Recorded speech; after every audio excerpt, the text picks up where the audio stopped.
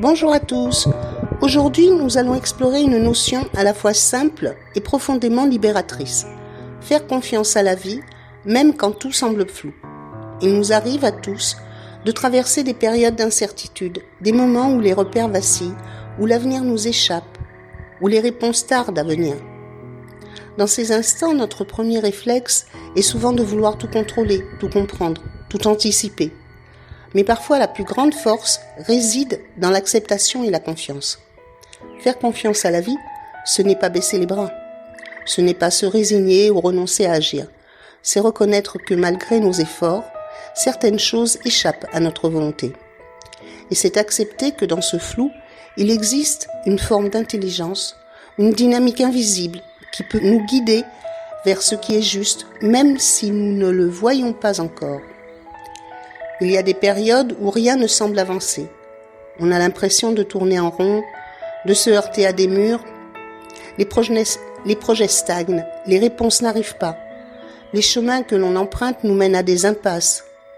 Et dans cette confusion, le doute s'installe. Est-ce que je fais les bons choix ? Est-ce que j'ai raté une opportunité ? Pourquoi est-ce que ça n'avance pas ?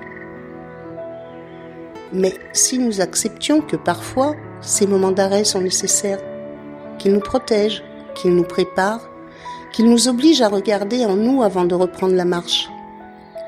La vie n'est pas une ligne droite. Elle est faite de détours, de silences, d'attentes. Et c'est dans ces intervalles que naissent souvent les plus grandes transformations. Ce n'est pas quand tout est clair que l'on grandit le plus. C'est quand on apprend à avancer dans l'incertitude, à écouter notre intuition malgré le brouillard, à garder foi en ce que l'on ne voit pas encore.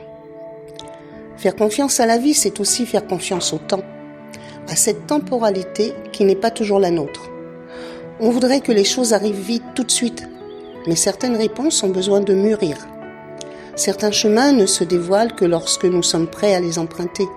La patience devient alors une forme de sagesse, un acte de foi. Et surtout, faire confiance à la vie, c'est se faire confiance à soi-même. C'est croire que, quoi qu'il arrive, nous saurons nous adapter, apprendre, rebondir.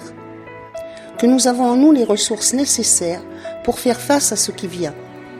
Même quand le futur est flou, même quand les repères manquent, il y a en nous une boussole. Elle s'appelle l'intuition, la conscience, la foi, la présence. Et elle ne nous quitte jamais. Ça ne veut pas dire qu'il faut rester passif. Au contraire, faire confiance à la vie, c'est aussi faire sa part.